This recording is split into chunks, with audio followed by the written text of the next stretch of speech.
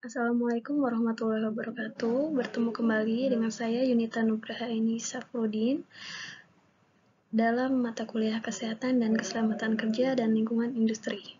Pada pertemuan kali ini, kita akan mempelajari tentang teori kecelakaan kerja. Modul ini terdiri dari 4 bagian, yaitu teori domino, loss control model, multiple causation model of accident, dan Swiss cheese model.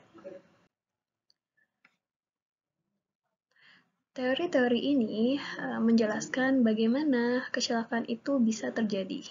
Pertama, yaitu teori domino yang ditemukan oleh Herbert Heinrich pada akhir tahun 20-an. Pada saat itu, Heinrich mempelajari laporan sebanyak 75.000 terkait kejadian kecelakaan di industri.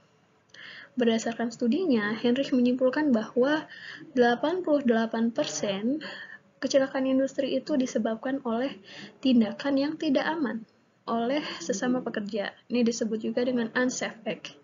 Kemudian 10% kecelakaan industri disebabkan oleh kondisi yang tidak aman atau unsafe condition, dan 2%-nya ini di industri tidak ada kecelakaan di industri itu tidak bisa dihindari atau unavoidable event.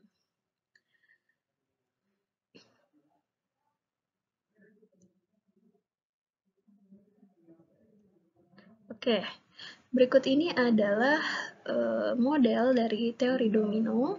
Kita bisa lihat ini seperti domino yang berjajar. Ada A, B, C, D, dan E. A itu adalah lingkungan sosial, B sifat individu, C perbuatan atau kondisi berbahaya, D kecelakaan, dan E adalah cedera atau rusak. A dan B ini merupakan faktor dari luar perusahaan karena ini merupakan bawaan dari pekerja masing-masing. Gitu. Bagaimana karakteristik individu, kemudian bagaimana lingkungan sosial yang ada di sekitar karyawan.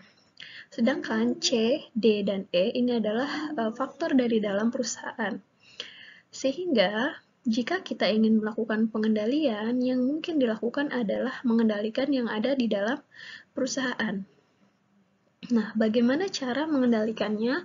Karena ini seperti domino, maka jika salah satu domino ini terjatuh, maka akan menyebabkan domino yang selanjutnya juga terjatuh.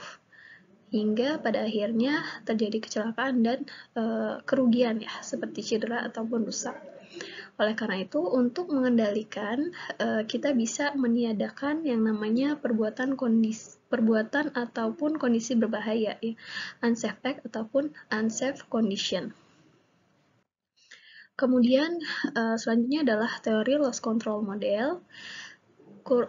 Teori ini hampir mirip seperti Henry, hanya saja pada teori loss control model tidak difokuskan pada faktor manusia atau pekerja, tetapi lebih ke manajemen dalam pengendalian saat terjadi kecelakaan.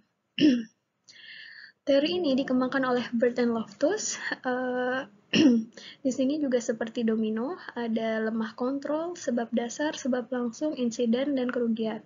Nah, untuk pengendaliannya ini terdapat 3 fase.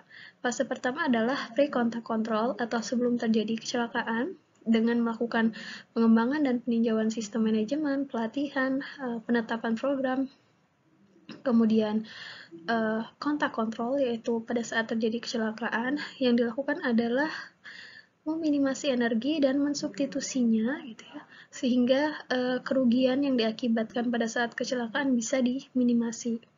Yang terakhir adalah post kontak kontrol atau pengendalian setelah terjadi kecelakaan.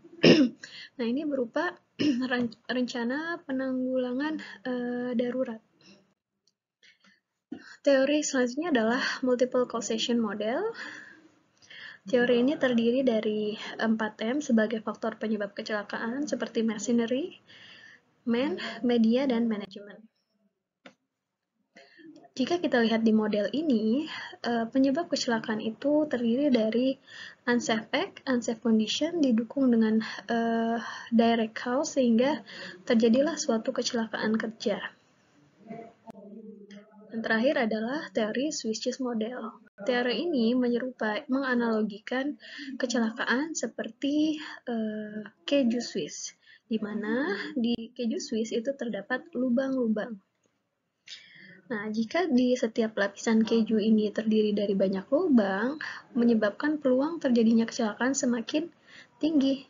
Idealnya, setiap lapisan ini tidak ada lubang, artinya suatu sistem di setiap lapisan sistem itu berjalan dengan baik sehingga bisa meminimasi peluang terjadinya kecelakaan. Baik, terima kasih telah menyaksikan video ini. Sampai jumpa di video berikutnya.